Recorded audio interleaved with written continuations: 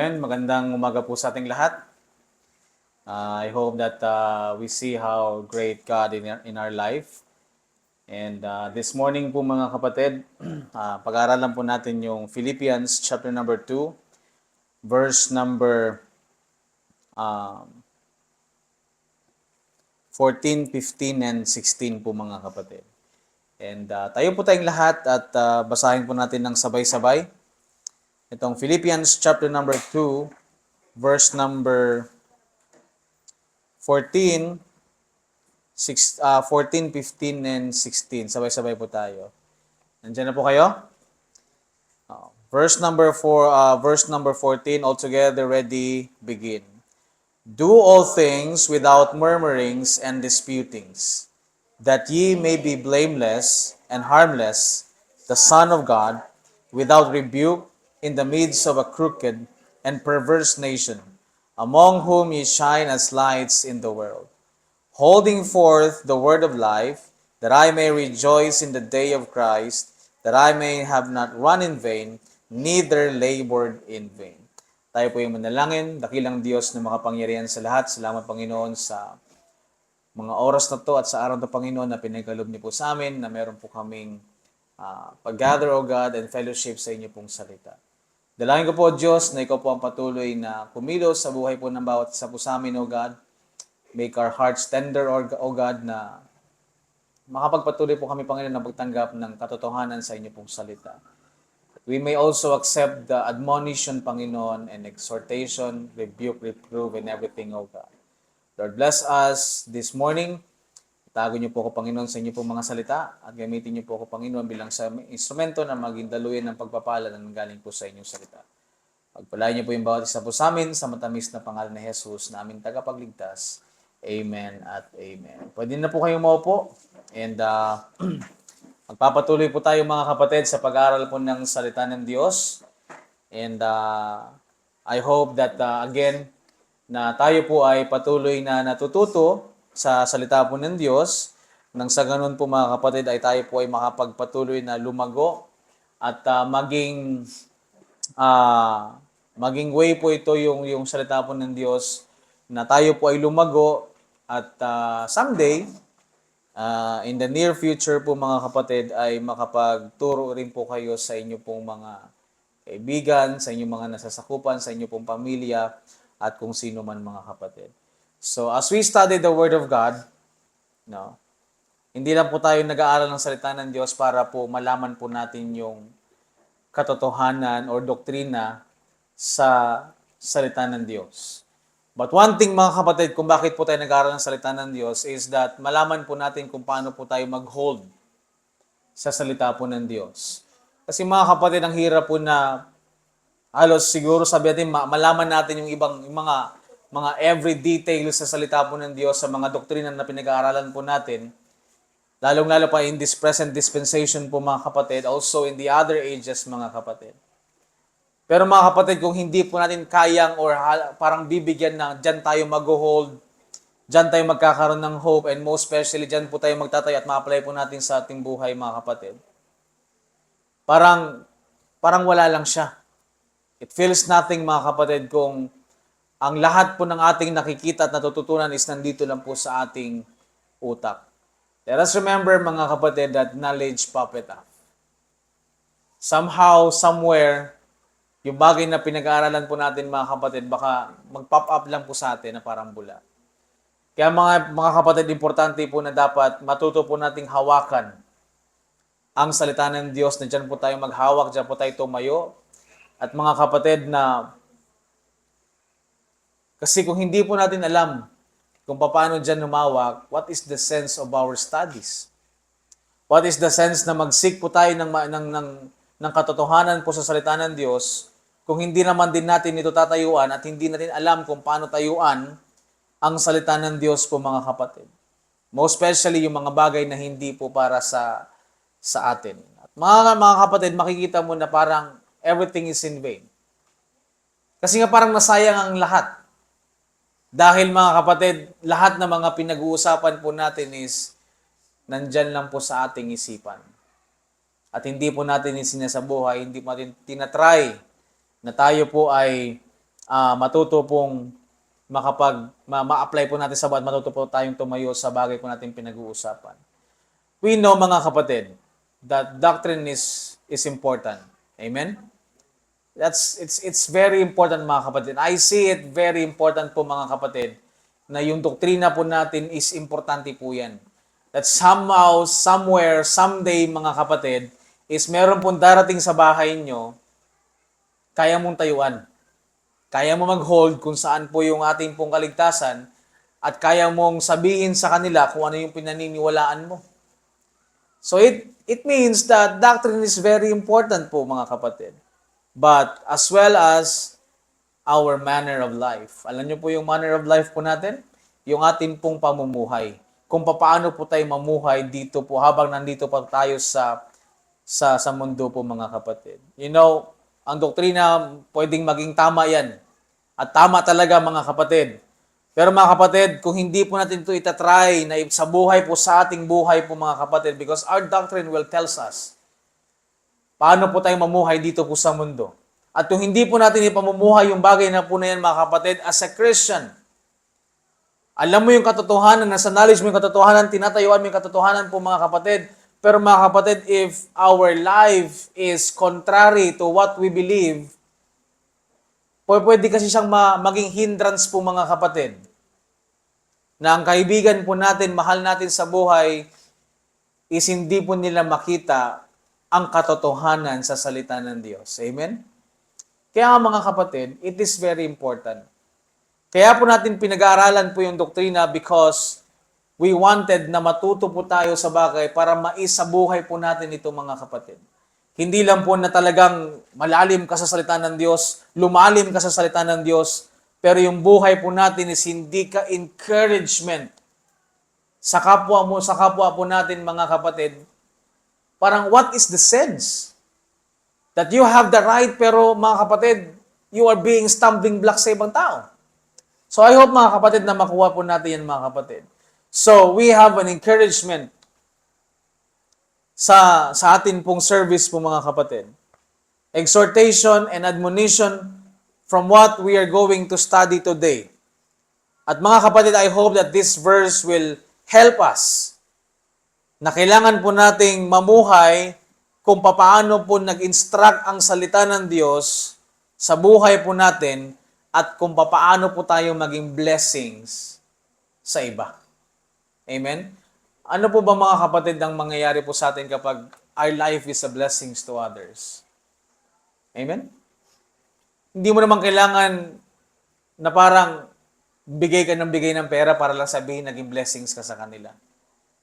Mga kapatid, hindi po lahat ng tao ganun. May mga tao talaga, mga kapatid, that when they see your life or lives on how you will serve Christ, kung paano po tayong maglingkod, hindi mo po namamalayan na may mga tao talaga nabibless sa iyong buhay kasi isinasabuhay mo yung bagay na tinuturo po sa atin ng salita ng Diyos. And these verses, mga kapatid, it will help us to remember everything.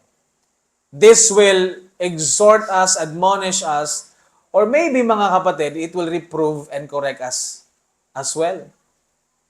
Kaya, mga kapatid, let us learn from this because the verse number 14 says everything. Amen? Alam naman siguro natin yung word na murmurings. At mga kapatid, mga young people, I know that we've been through that.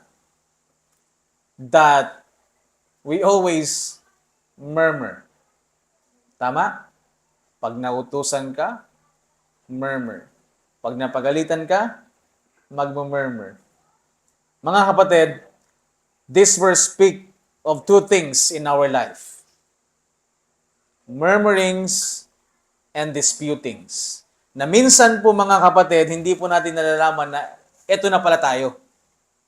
Yan na pala yung ginagawa natin, mga kapatid. Now, according to Webster 1828, murmurings mean uttering complaints. So, alam niyo naman siguro yung word na complain. Kahit okay naman, complain ka ng complain. Parang ganito yung, mga kapatid. Babigyan ko kayo ng konting idea para talaga makuha nyo. Pag umulan, ba yan? Umulan na naman. Pag uminit, ano ba yan? Ang init-init. Tama? Pag maalikabok na masyado, sana umulan. Nung umulan na, ang putik-putik naman. Oh. So mga kapatid, makikita niyo yung mga sa buhay talaga natin. Na minsan we don't see our life that we do murmurs and complaints sa mga bagay na blessings ng Panginoon sa atin. Tama? Kaya mga kapatid, yan yung mga bagay na sinasabi po natin mga kapatid. In a low voice or sullen manner, grumblings, complaining. So mga kapatid, yung murmurings and disputings, it's kind of negative po mga kapatid. At hindi po siya healthy sa ministry.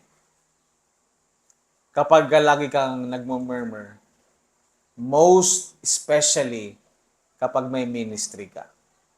And mga kapatid, lahat naman tayo may ministry naman talaga. Sometimes you don't see yourself na nasa ministry ka. Pero mga kapatid, yan po yung mga bagay na dapat po nating maintindihan.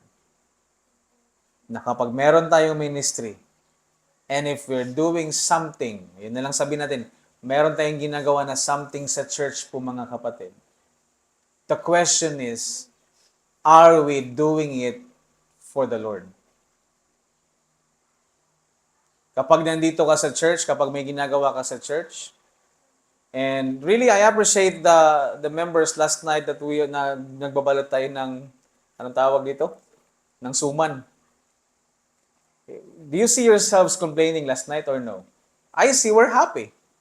Kahit na po yat, we're just tawanan. Kakabiruan kami nila Patrick, nila Allen.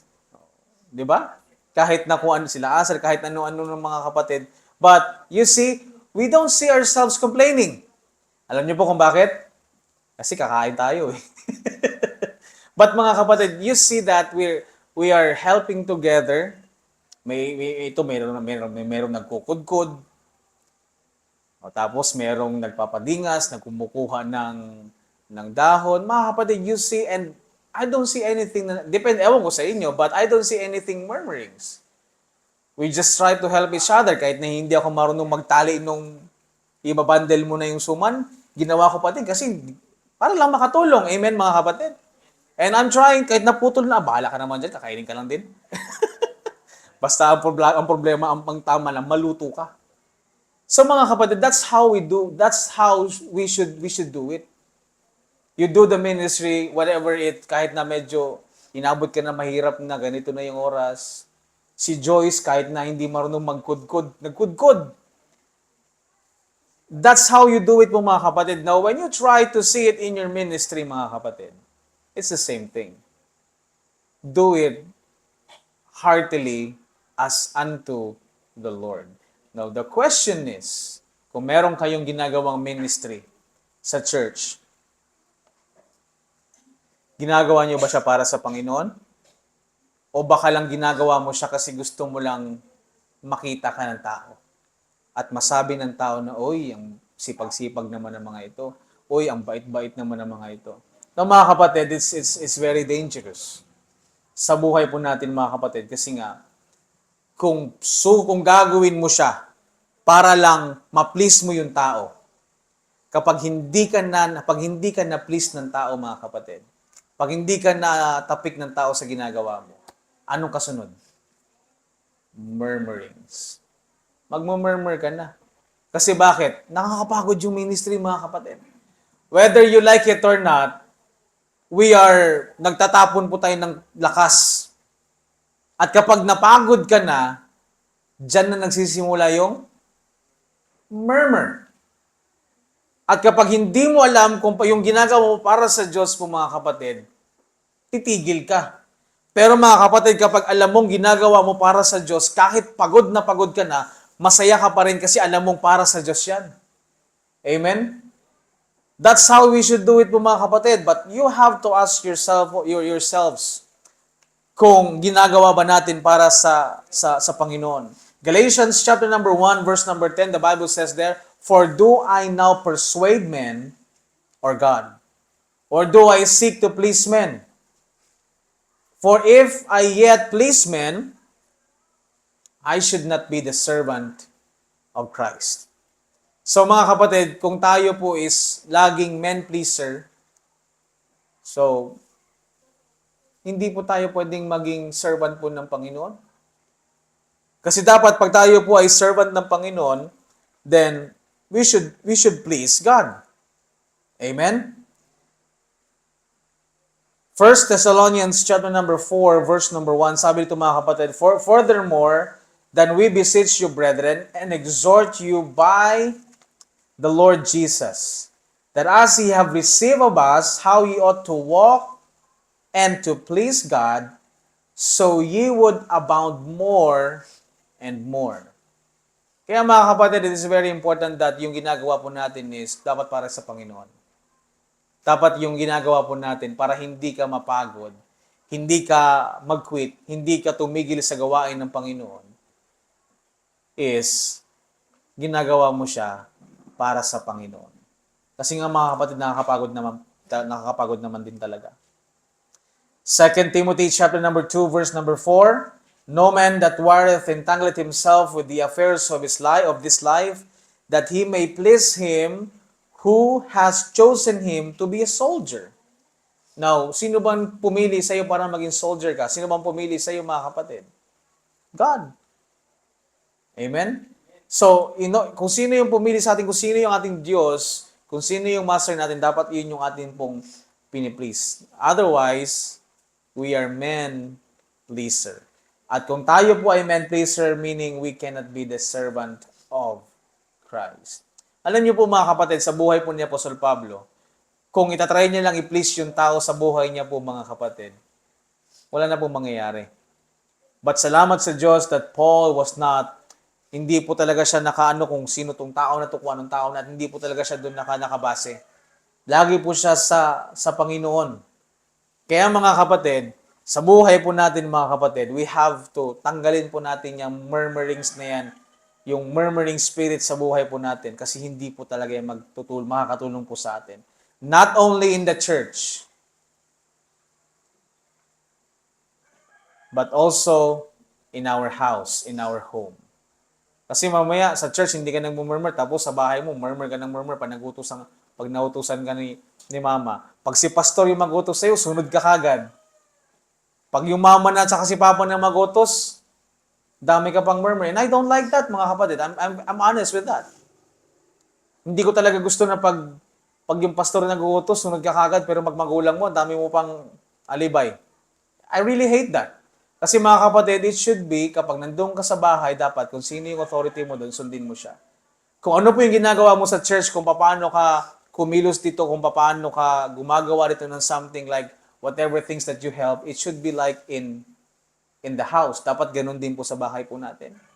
Kasi yun yung balance po mga kapatid. Hindi pwedeng masipag ka sa church, hindi ka masipag sa bahay. Pag sa church, nauutusan ka, parating sa bahay, hindi ka mautusan. Pag sa church, naghuhugas ka ng plato, kahit gaano katambak dyan, parating sa bahay, 3 plato, hindi mo mahugasan. So mga kapatid, it's not balance. Kaya mga kapatid, hindi lang po dapat sa church, kundi dapat pati rin po sa ating bahay na maalala po natin yan. Na yung bagay po na yan, mga kapatid, tanggalin po natin sa buhay po natin yan. Even in the school. Di ba? Minsan, paano ka mag-murmur sa school? Alam nyo, hindi ko alam ha.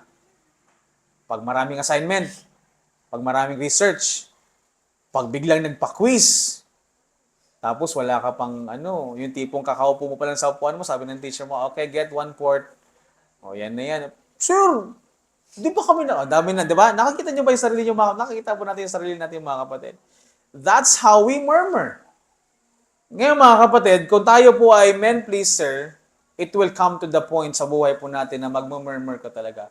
But the Bible says to us, sa atin pong text mga kapatid, that do all things without murmurings.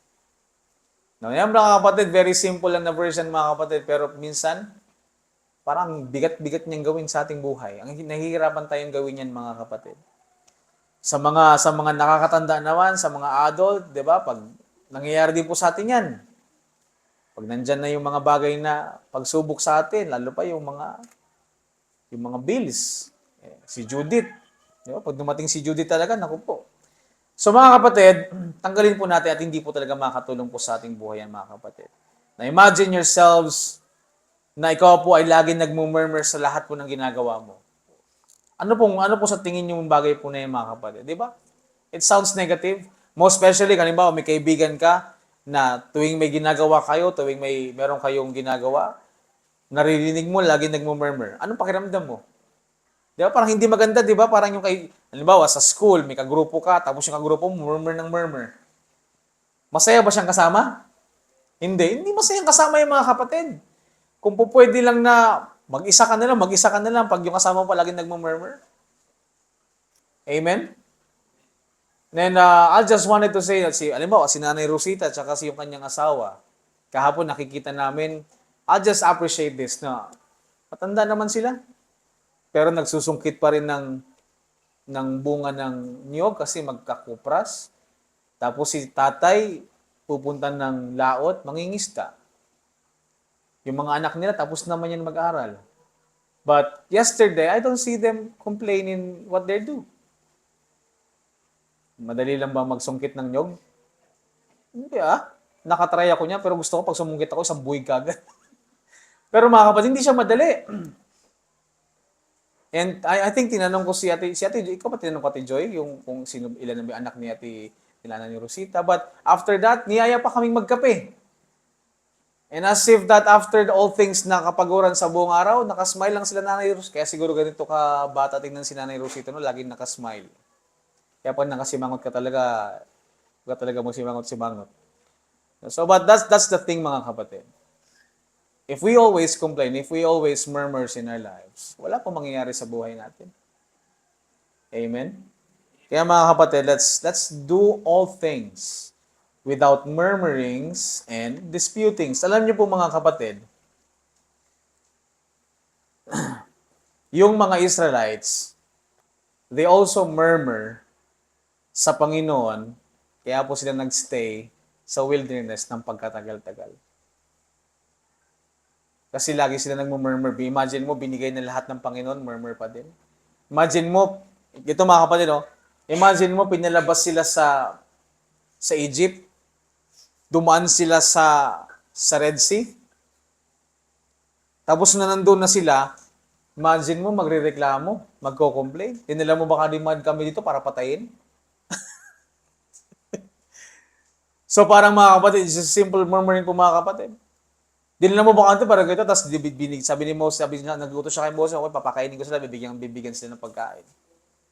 But mga kapatid, in Exodus chapter number 16, verse number 8, and Moses said, this shall be what the Lord shall give you in the evening, flesh to eat, and in the morning, bread to the full. For the Lord heareth your murmurings, which you murmur against him, and what are we? Your murmurings are not against us, but against the Lord. So mga kapatid, imagine, nasa ministry ka, this is way back before sa ministry. This way back before Old Testament po mga kapatid. And when they murmur, hindi po sila nagmurmur kay Moses. But they murmur against the Lord. So ngayon mga kapatid, kung ikaw gumagawa ka ng ministry at nagmurmur ka, you don't murmur in the ministry. You don't murmur against us, against me. We murmur against the Lord. Amen? Kaya mga kapatid, it is very simple, reminders para po sa ating lahat sa mga bagay na dumarating sa ating buhay. I know, napapagod po tayo. Kung napapagod kayo, napapagod din ako. Parang, tao lang naman ako. Napapagod din. Relax naman. Pero mga kapatid, ito kasi siya eh. Kung yung pagod mo, alam mo kung saan siya napagod, you will be happy. Amen? Kung alam mo na worth it yung kapaguran mo, it's the tiredness will return into rejoice kasi nga, ginawa mo siya para sa Panginoon. And you don't murmur against us, but against the Lord. Now, other thing po mga kapatid is disputings. Now, according to Webster 1828, disputings means contending. Alam niyo po yung contending? Yung nakikipag-contest ka? Galingan ka? Anong tawag dyan? May mga malalim pa. Nakikipaggalingan ka, nakikipag-contest ka sa mga tao. by words or arguments or controverting, the act of contending by words or arguments, controversy, altercation. So mga kapatid, parating po sa ministry mga kapatid, we don't try to contend, mag-contend po sa bawat isa po sa atin. Amen? We have our own strength. You have your own strength, I have my own weakness, you have your own weakness.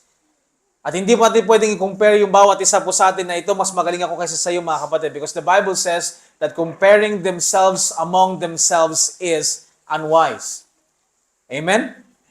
At hindi pwedeng mas magaling ako sa iyo, mas magaling ako dyan sa iyo, mas magaling. Mga kapatid, that's disputing in the ministry. Na kapag nakikipagtagisan tayo sa bawat isa na parang, hindi, mas magaling ako, dapat ako. Hindi, graduate ako ng ganito, dapat ako dyan. Ikaw, pastor ka, hindi ka na mag-graduate. Ako, graduate ako ng 4 years, nag-MD pa ako, dapat ako dyan. Pero bakit si pastor yun nandito? Attorney ako, ito ako, but dapat ako dyan. Pero bakit si pastor yun nasa harapan? Kaya mga kapatid, we don't try to compare themselves among themselves. Kasi pag gagawin natin yung mga kapatid, it is very unwise. You have your own strength, you have your own skills. Hanapin mo mga kapatid kung ano po yung babagay sa iyo at makakatulong ka po sa ministry para maging feel ka. Feel. Ikaw yung kapunuan sa kakulangan sa ministry. Amen? Hindi yung magiging ano ka, anong tawag nun? Jack of all trades. Gusto mo ikaw lahat. Amen? Ikaw dito, ikaw na lang lahat. Sige, ikaw lahat. Amen, mga kapatid. That's how we should do it, mga kapatid. That ministry is not a contest. Ministry is hindi po to stage na magpapagalingan po tayo sa bawat isa po sa atin, mga kapatid. Ministry is the ministry of God. And the Bible tells us that do all things without murmurings and disputings po, mga kapatid. Kaya nga, kung babalik po tayo sa verse number 3 ng Philippians po, mga kapatid, ang sabi niya po dyan, let nothing be done through strife or vainglory. At ang sabi, but in lowliness of mind, let each esteem other better than themselves. So laging ganun, mga kapatid, that's how lowliness in mind na kailangan po natin. Hindi yung huwag natansya mo na mas magaling ka sa isa. Binigwasan mo na kagad na, hindi, ganito ka, sumunod ka sa akin kasi mas magaling ako sa iyo. Mga kapatid, that's not how hindi po dapat siya maging ganun po, mga kapatid. Let each other esteem better than themselves po, mga kapatid. Wag po tayo, tanggalin po natin sa ating isipan po, mga kapatid, na lagi tayong better sa kanya, better tayo dyan, ako mas better dyan. We need to help one another po, mga kapatid. At hindi po natin kailangan makipag-contest sa bawat isa po sa atin. Kasi kung contest lang ito, mga kapatid, bakit pa tayo nandito? Sino bang magaling sa atin sa lahat? Remember? Apollos planted, Paul watered, who gave the increase? It's God. This ministry is God. Kaya mga kapatid, let's take, okay lang naman din na medyo, anong tawag nung competitive.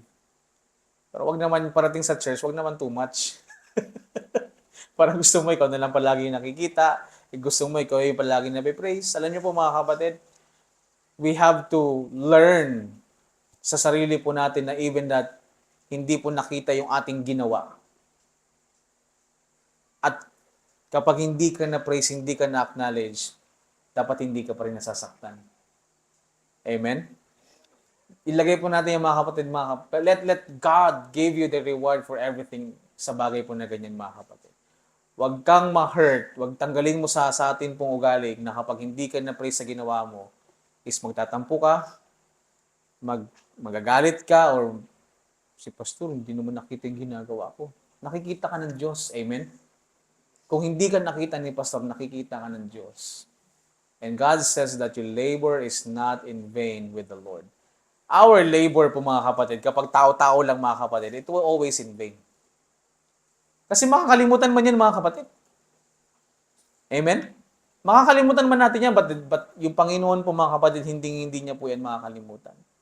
So you have to understand the thing, mga kapatid, in our text, that do all things without murmurings and disputings. Actually, yung verse na yun, mga kapatid, it should be enough for our preaching for today.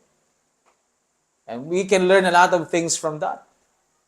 We can cite a lot of illustrations from that, mga kapatid.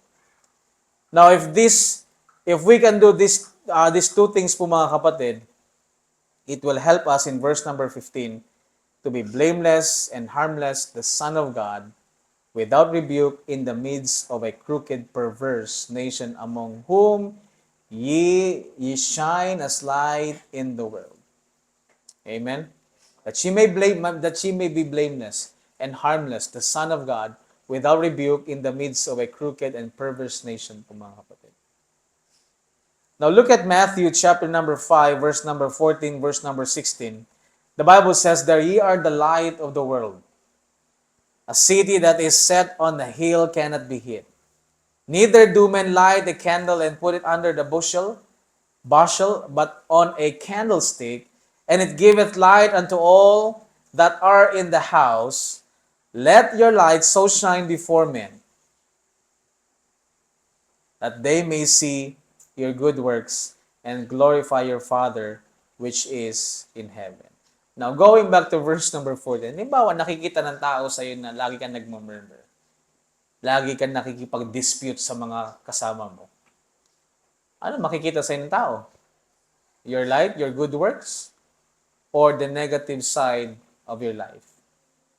Yung lagi kang nagmumurmur, lagi kang nakikipag-tagisan, na alam mo naman na, mga kapatid, let your light so shine before men that they may see your good works. Amen? It's a wonderful reminder po, mga kapatid, sa atin pong buhay po, mga kapatid. 1 Thessalonians chapter number 5, verse number 5, "Ye are all the children of light, and the children of the day. We are not of the night, nor of a darkness." Colossians 1, 12 to 13, "Giving thanks unto the Father, which have made us meet to be partakers of the inheritance of the saints in light, who hath delivered us from the power of darkness, and hath translated us into the kingdom of his dear Son." Ephesians chapter number 5, verse number 8, "For ye were sometimes darkness, but now ye are the light in the Lord. Walk as a children of light." So mga kapatid, this is an instruction to us. We know that Matthew, Mark, Luke, and John, like Matthew 5:16, sabi, let your light so shine. But again, mga kapatid, you can learn from that. Let your light so shine before men that they may see your good works. Kasi mga kapatid, wala naman taong nagsindi ng kandila tapos itatago lang din. Nakakita ka naman ka nag-burn out. Sindi ka ng kandila tapos tinago mo lang din sa ilalim. Ganun may gagawin mga kapatid. O pupunta mo siya kung saan na kailangan mo ng liwanag. Tama? So meaning, mga kapatid, yung buhay po natin bilang isang Kristyano, hindi mo itatago yan. Kailangan makita nila yung ating mabuting gawa po, mga kapatid, so that we as a children of light, when we walk in the light, we can walk in the light at makita po ng mga tao po, mga kapatid, kung sino ka po sa buhay mo, because we are children of light. We are in darkness already sometimes before po, mga kapatid. Pero ngayon, nandito ka na sa light in the Lord. So when you are in the light, then walk as a children of light. Lumakad ka nang nasa ayos. Alamin mo kung sino ka at ano ka. Kaya mga kapatid, remember that we are saved. Yan ang palagi mo intindihin. Yan ang palagi nating intindihin na tayo po ay ligtas at tayo po ay saints. We became the light of this world. Kasi mga kapatid, this is evil world eh. Redeeming the time because the days are evil. And because we are the light, mga kapatid, we can light this world na gamit-gamit po natin yung glorious gospel of Christ. Amen? Yung binabasa po natin palagi ng 2 Corinthians 4 verse 4, di ba? In whom the God of this world hath blinded the minds of them which believe not, lest the light of the glorious gospel of Christ should shine unto them. At yan po yung iniiwasan, mga kapatid. Yan ang laging inaano po ng diablo po sa atin. That you're going to be distracted. Hindi makita ang katotohanan ng tao, hindi makita ang katotohanan. So that ang ating pong buhay, mga kapatid, hindi rin po tayo makapaglakad ng nasa tama kasi hindi natin ginagawa kung ano yung tama. Hindi tayo malakad as we are the children of light. So mga kapatid, verse number 14 will help us go through in our life as a Christian. And not only that, verse number 16 help us to acknowledge the Word of God na kailangan po natin yan, mga kapatid. So that you will be blameless and harmless, the Son of God. Verse number 16. Holding forth the Word of life. So mga kapatid, ako po naniniwala na yung Word of life is the Word of God. Wala na pong iba. At mga kapatid, ang Scriptures is able to make us wise. The Scriptures will tell us, mga kapatid, kung paano tayo naligtas in this present dispensation. Ang Scriptures po, mga kapatid, pwede pong sabihin sa atin kung sino ang Diyos at kung sino po si Jesus at kung sino po yung Diyos at kung ano po yung ginawa niya doon sa cross ng Kalbaryo para po tayo ay mas save eternally.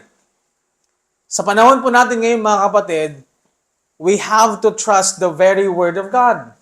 At yung scriptures na ito, mga kapatid, ito po yung magtuturo po sa atin, magsasabi po sa atin ng mga promise at kung ano po yung katotohanan na meron po dito, mga kapatid. Like sinabi niya po sa Psalms 138 verse number 2, I will worship toward thy holy temple and praise thy name for thy loving kindness, for thy truth, for thou hast magnified thy word above all thy name. If God magnified His word, kumusta naman tayo?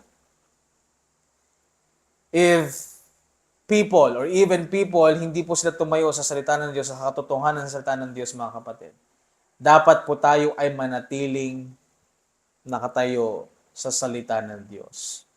At kung sila, mga kapatid, they were trying to correct the King James Bible, dapat tayo hindi at tayo po dapat is nakahold sa King James Bible at dyan po tayo dapat nakatayo po, mga kapatid.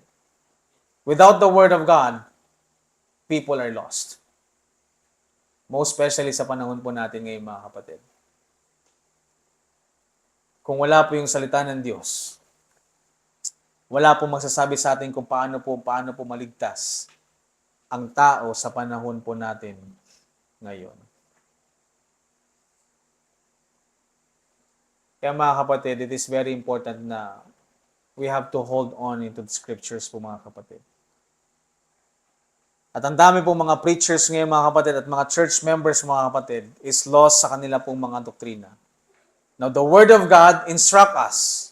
Ang salita ng Diyos nag-instruct sa atin that we need to hold forth in the Word of life. At ito po yung mga reasons kung bakit kailangan po nating, mga kapatid, sa verse itself. In verse number 16, number 1, that I may rejoice in the day of Christ. Number 2, that I have not run in vain. Number 3, that I have not labored in vain. Now imagine, mga kapatid, sa previous chapter natin pong pinag-usapan, we understood and study about the day of Christ and the day of the Lord. Of course, ang sinabi po ng Bible dyan is the day of Christ, meaning that is the judgment seat of Christ. And Paul tells us na dapat, mga kapatid, tayo po is mag-rejoice sa day of Christ. So mga kapatid, if the believers know the judgment seat of Christ at naniwala po sila sa gospel of the grace of God, then which na si Jesus Christ namatay para sa ating kasalanan, nilibing at muli nabuhay, para sa atin pong katuwiran po, mga kapatid, then the scriptures tells us what to do. 1 Corinthians chapter number 3, verse number 12. The Bible says there, anong sabi ng Bible? Sa 1 Corinthians chapter number 3, at let's read starting on verse number 12. Sabi dyan, now if any man build upon this foundation. So meron kang i-build na foundation po, mga kapatid.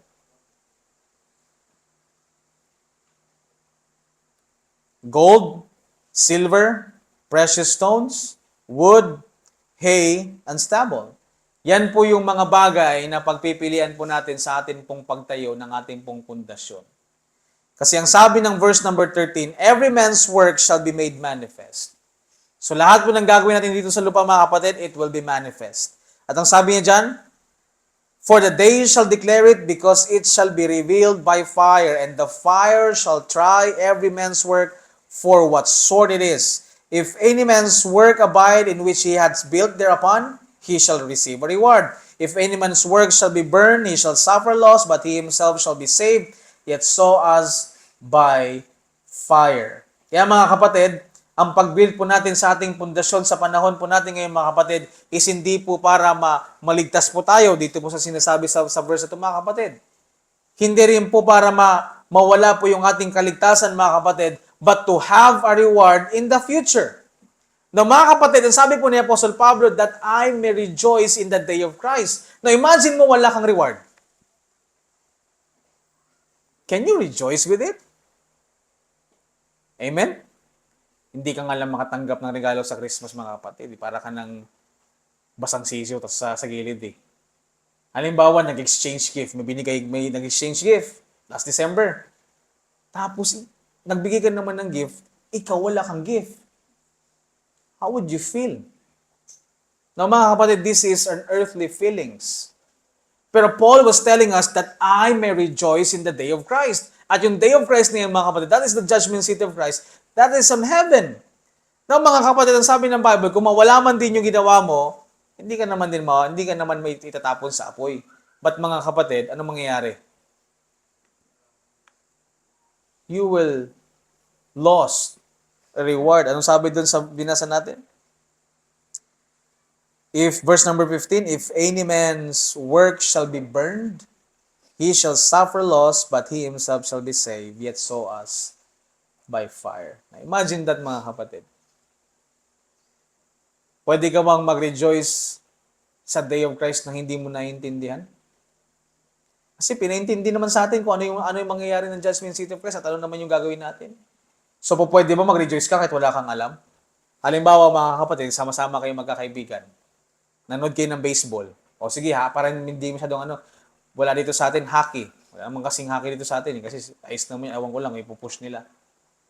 Punta ka doon sa hockey, nanood kayo ng hockey. Alam niyo yung larong hockey, di ba? Yung sa skate house may maliit na ball, yun yung pinapashoot-shoot nila. O halimbawa, yung kaibigan mo alam nila. Ikaw hindi mo alam kung ano yung ginagawa nila, ano bang mga rules na yan. So nanonood ka, yung mga tao nagsisigawan. Ikaw hindi ka makasigaw kasi kapag sumigaw ka, hipokrito ka naman, hindi mo naman naiintindihan. Tama? So, yung mga kaibigan mo, nag-i-enjoy sila kasi they understood it very well. Ikaw, pinasama ka lang nila, binayaran yung ticket mo, sumama ka lang doon, hindi mo naman alam. First time mo pumunta, mag-i-enjoy ka ba?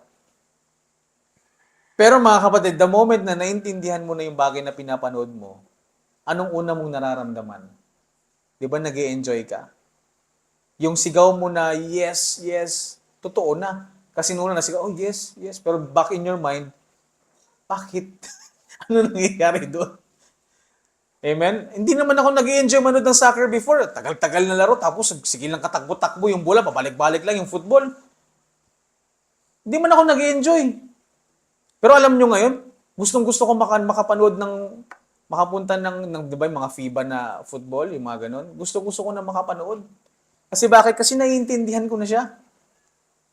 And for sure, mag-i-enjoy na ako mga kapatid. Now imagine yourselves, you're in heaven.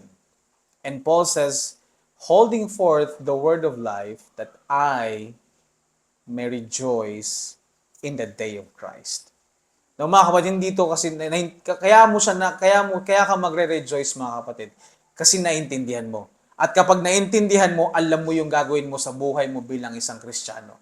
Na hindi ka magpapataka-taka ng kung anong ginagawa mo mga kapatid. You're going to build your foundation from gold, ang sabi doon, silver, and precious stone. Kasi alam mo yung bagay na yan, yung tatlo na yan, yan yung mananatili sa apoy.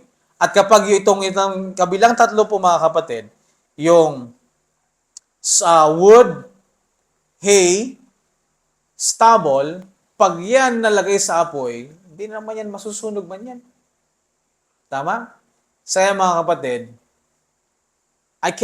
hindi ko po kayang i-push kayo na ito po talaga yung gawin nyo. All I can say is to preach to you, to exhort to you, for you to know kung ano po yung dapat natin gawin.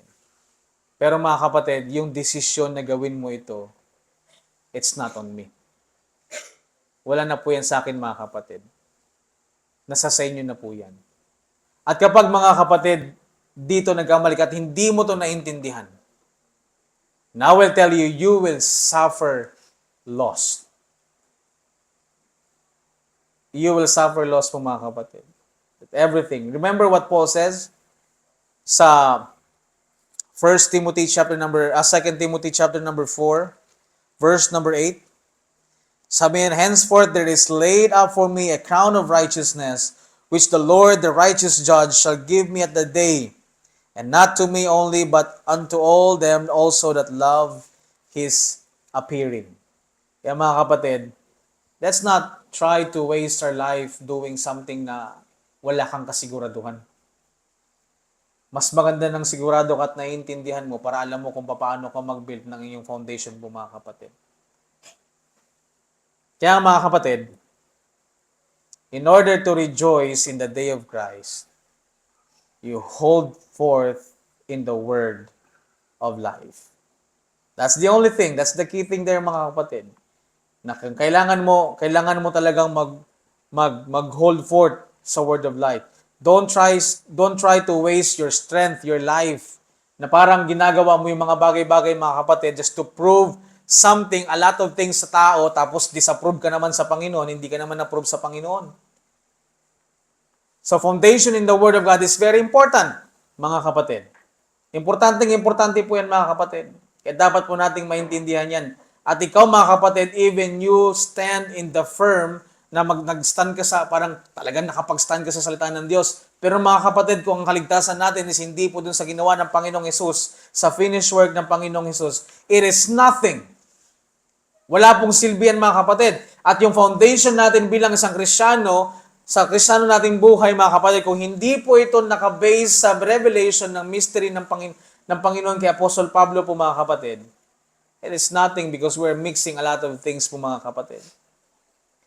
At mga kapatid, if we are going to reject Paul as your apostle po mga kapatid, then ano po mangyayari sa atin? It will be in vain. Now, verse 16 tells us a lot of things. Hindi lang po that I may rejoice in the day of Christ, kundi that I have not run in vain. Now, mga kapatid, physically, kapag tumakbo ka, nakakapagod naman talaga yan. At mga kapatid, imagine mo, halimbawa ganito, takbo ka ng takbo, ikot ka ng kasi, anong goal mo? Bakit ka tumatakbo? Bakit ka nag-jogging? Para maging malakas, maging fit, at maging okay yung katawan. Takbo ka ng takbo, hindi ka naman lumalakas. Takbo ka ng takbo ako ng takbo, hindi naman ako pumapayat. Hindi naman ako makatakbo ngayon, sira yung tuturo ko sa paa. Takbo ka ng takbo, hindi naman dumadagdag yung stamina mo. What do you call that? Vain. Bakit? Walang resulta. Now mga kapatid, imagine your life as a Christian. Na tumatakbo ka bilang isang Kristiyano. Tapos imagine mo mga kapatid, after all things that you have done, let's say, you live in this world for 40 years, 50 years, 60 years, 70 years po mga kapatid, tapos parating sa judgment seat of Christ, paglagay mo ng ginawa mo, bung nasunog lahat. What is that? Sayang! Because you lost everything po mga kapatid. Kaya mga kapatid, binigyan po tayo ng chance to understand so that hindi po tayo tumakbo ng walang kwenta, ng vain. Ano pang sabihin? Neither labored in vain. Now imagine mo mga kapatid, do you think it's painful? Na yung dito pa nga lang sa lupa, hindi nga lang makita yung ginawa mo. Grabe na yung ano natin, 'di ba? Minsan yung ating ugali, may ganun tayong ugali minsan pag hindi tayo napapansin sa ginagawa natin. How much mga kapatid? Kasi ang Diyos, He's a just. He's perfect. Kapag nag-judge yung Panginoon at nagsabi siyang vain talaga yung ginawa mo, wala kang magagawa dyan because He's just, He's perfect. Kaya mga kapatid, binigyan po tayo ng instruction and warning ni Apostle Pablo mga kapatid that in this present dispensation, you have to know how to build your foundation as a Christian and your salvation, the gospel of your salvation po mga kapatid. Imagine mga kapatid, kung gaano kahirap na yung buhay po natin is mawala ng walang kwenta. Kaya mga kapatid, masakit mangisipin pero sayang. Amen? Kaya mga kapatid, the Bible tells us, you have to remember, I have to remember, that we need to hold forth in the word of life. Amen? So that so that we are going to rejoice in the day of Christ. And not only that, at hindi ka tumakbo na parang, di ba parang yung, imagine mo yung, you beat it, yung, ang tinatalo mo na yung air, hindi mo naman nakikita yan. But I have not run in vain, neither labored in vain. Kaya mga kapatid, this is very important for us as a Christian. This is very important to you, this is very important to me. Kasi mga kapatid, whether we like it or not, our clock ticks every day. Amen? Si Aser, magiging 16 na sa bukas. Ikaw, magiging ano ka na ngayong taon. Taon-taon ang lumilipas po mga kapatid. Lumalapit tayo sa edad na tayo po ay mawawala na dito sa mundo. At those things are sad truth po mga kapatid. Now, are you going to waste that? Sasayangin mo lang yung mga panahon na yan? Parang halimbawa, ganito mga kapatid, napaka active mo sa church, sasayangin mo lang ba yan? Kasi mga kapatid, hindi naman magmamatter kung ano hindi naman magmamatter yung mga bagay dito sa mundo eh. Ang magmamatter naman talaga kung ano yung ginawa natin sa Panginoon. Kung hindi ka maalala ng tao, mga kapatid, sa lahat ng ginawa mo, mas okay na hindi ka nila maalala basta maalala ka ng Panginoon. Basta yung ginawa mo, hindi siya maging vain lahat, mga kapatid. Amen? That's what I mean about maalala ka ng Diyos, no? Yung pagtakbo mo hindi maging vain, yung labor mo hindi maging vain. Anuhin mo man na sikat ka sa lahat ng tao. Unang-una, hindi ka ligtas, napunta ka sa impyerno. What's the sense? You gain all things in this world and then you lost your soul. O, Kristiyano ka na ngayon, ligtas ka na. Sikat ka sa lahat ng tao. Paglapag mo ng ginawa mo dun sa Diyos, lahat na sunog, meaning, what's the sense? Kasi mga kapatid, hindi naman magmamatter lahat ng bagay na yan. Kahit gaano kakagaling sa school. Mga kapatid, kasi nga, mawawala at mawawala tayo mga kapatid. We are indispensable. Amen? But what matters mga kapatid, kung ano po yung nandoon sa eternity. So hold forth the word of life, that I may rejoice in the day of Christ, that I have not run in vain, neither labored in vain. I hope mga kapatid that we are blessed by that 3 verses. I hope that it gives us a warning, an instruction, and something to ponder po mga kapatid sa buhay po natin bilang isang Kristiyano. Amen? Let us pray. Dear God, Heavenly Father, thank you for this wonderful day. Salamat Panginoon sa inyo pong salita na pinagkaloob po sa amin. Lord, ikaw po ang manguna po sa amin, and Lord, work on our heart. Bless us, O God, and give us a wonderful fellowship more, Panginoon, after sa pag-fellowship na po sa inyong salita. Ikaw, Panginoon, ang patuloy na magkumilos po sa amin, manguna po sa amin, Panginoon. Lord, maraming salamat for this wonderful reminder, Panginoon, na wag po naming sayangin ang mga bagay na amin po nasimulan, O God.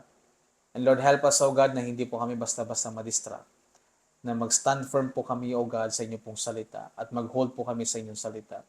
So that time will come that we will rejoice in the day of Christ. In the day of Christ, the judgment seat of Christ. And then we will never run in vain, neither labored in vain. We bring back the glory, the honor, and the praise. In Christ Jesus' name I pray. Amen at amen.